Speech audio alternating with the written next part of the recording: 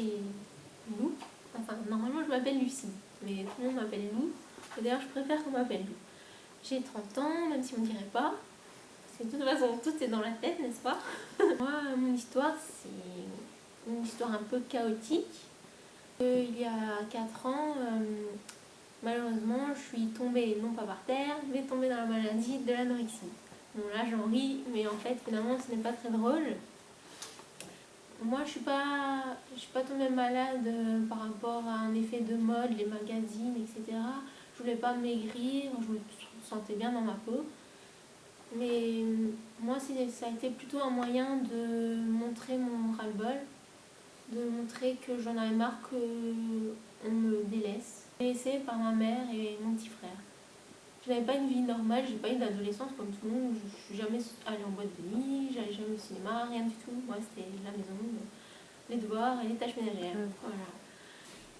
C'est peut-être un peu dur à entendre, mais c'est mon histoire et je pense que ça sert à rien de mentir et faut que tout le monde le sache.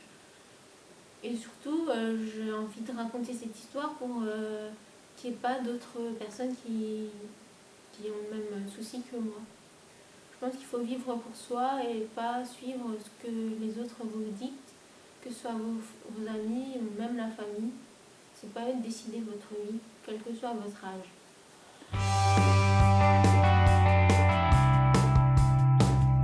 Un jour, c'est non pas ma famille qui a détecté ma maladie, mais c'est mes collègues de travail. J'étais responsable de magasin dans un hard discount à Strasbourg et je faisais du non-stop, 7h du matin à 21h.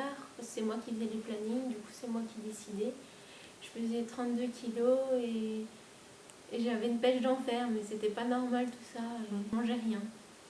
Et un jour, mon chef de secteur, il a eu tellement peur qu'il m'a stoppée et je suis partie à l'hôpital. Je suis partie en psychiatrie. J'y suis restée 2 mois, parce qu'au bout de 2 mois, c'est moi qui ai demandé à sortir parce que je me sentais pas du tout à l'aise là-bas. Je voulais m'en sortir, mais pas comme ça. J'ai réussi à m'échapper, comme dire, parce que j'ai signé une dérogation, donc pour moi c'est s'échapper, grâce à mon ex-belle-mère, qui sans elle, je serais même pas là. Et sans mon père non plus, parce que j'ai pas vécu avec mon père quand j'étais petite. Et c'est lui qui m'a sauvée. Je suis rentrée à la maison, j'ai fait une année à la maison, mais je voyais que j'arrivais pas seule. Et un 31 décembre, on m'a réhospitalisée à Strasbourg cette fois-ci.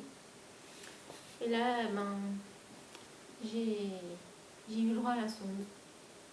Le 31 décembre, j'ai eu une sonde et j'ai passé mon nouvel an à l'hôpital. Là, ce fut une catastrophe. Moi, j'étais toute seule dans mon lit. Là, je me suis dit, c'est pas possible. Faut que je m'en sorte, je veux pas continuer comme ça. Je suis en train de gâcher ma vie encore plus qu'avant. Du coup, je me suis battue. Je suis restée 3 semaines là-bas. Et ensuite, ils m'ont envoyée dans un centre 3 épis. Là-bas, je suis tombée sur des personnes géniales. Autant les soignants que les autres patients. J'étais la seule qui avait cette maladie. J'étais avec des personnes âgées, super cool. Je rigole. J'étais heureuse là-bas, je voulais même plus en sortir. Du coup, je suis restée 3 mois. Et là, la mutuelle a dit, ça suffit, faut sortir. Parce que je m'étais sortie de cet enfer. En fait, j'avais repris du poids et tout. Et après, mon père, il est revenu me chercher. J'ai passé du temps avec lui. Et après, j'ai pris mon envol. J'ai pris un appartement tout seul. Et puis la vie a défilé. Et maintenant, je me retrouve dans le Haut-Rhin. Parce que moi, je suis pas haut-rhinoise du tout. Je suis pas rhinoise.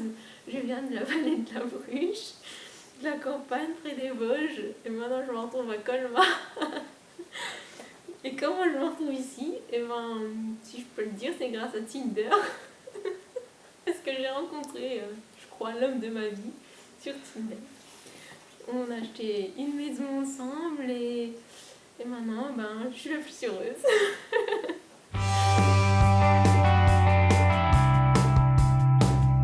Alors, je pratique la musculation. Mais maintenant, je pratique en plus de la musculation l'haltérophilie. C'est mon copain qui en fait depuis 5 ans m'a initiée à ce sport. Mais je garde toujours un côté musculation. Je fais toujours mes entraînements d'haltéro et en même temps, je cumule la musculation. Mais je fais aussi d'autres sports, j'adore courir. D'ailleurs, on a acheté un tapis de course parce qu'avec tout ce qu'on entend maintenant avec les joggeuses, ça me faisait un peu flipper d'aller courir tous les matins à 5h30 tout seul. J'aimerais que tout le monde fasse attention maintenant, ne courez plus tout seul ou toute seule. J'adore faire des randonnées aussi, surtout en cette période.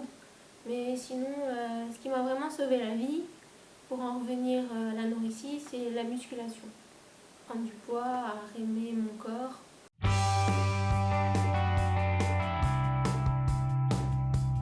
Moi, j'ai fait qu'une seule compétition. Pour moi, cette compétition, c'était le moyen de mettre fin à la maladie. Je me suis dit, 1er avril 2017, tu vas prendre ton courage de main et tu vas monter sur cette scène en bikini et montrer à tout le monde que pour toi, la maladie, c'est fini. J'ai réussi à réaliser cet objectif grâce à mon coach, enfin mon ancien coach maintenant, qui m'a aidé pendant 1 an à me préparer. La prochaine compétition, ce sera sûrement des compétitions d'haltérophilie. Mais je pense pas refaire du bodybuilding.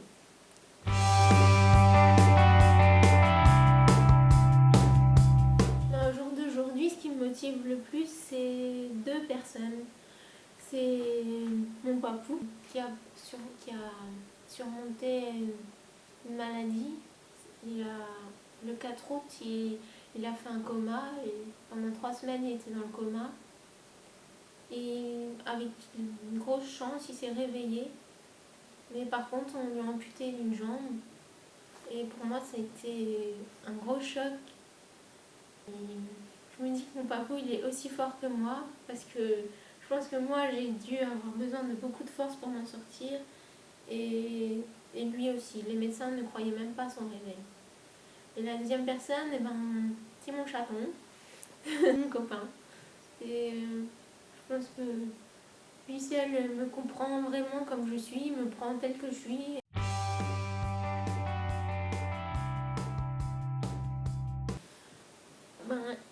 J'étais tellement concentrée sur mon objectif que je voyais même pas les autres en fait.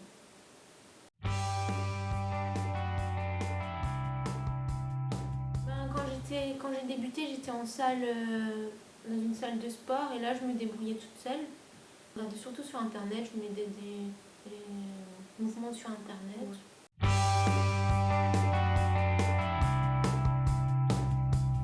J'ai envie de dire, il faut vivre pour soi et pas se préoccuper des autres.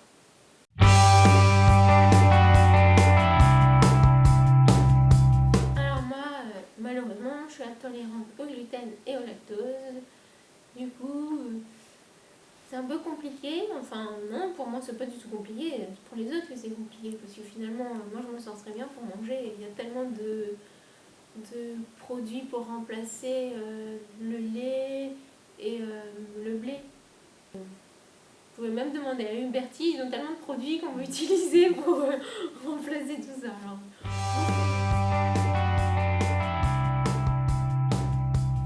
Oui, par exemple, pour remplacer le lait, moi j'utilise le lait de soja, le lait d'amande. Le blé, il y a des céréales sans gluten, farine de sarrasin. Moi j'utilise beaucoup les graines de chia aussi, farine de coco. Je vis bien, je me plains pas.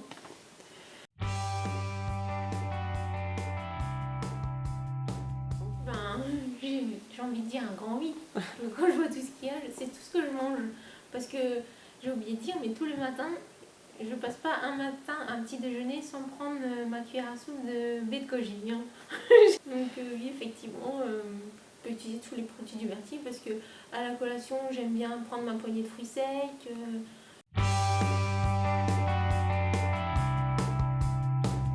C'est naturel, biologique.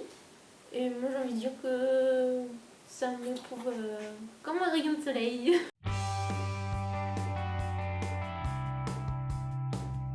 Pour celle-là j'ai envie de dire guerrière, et excitation, victoire.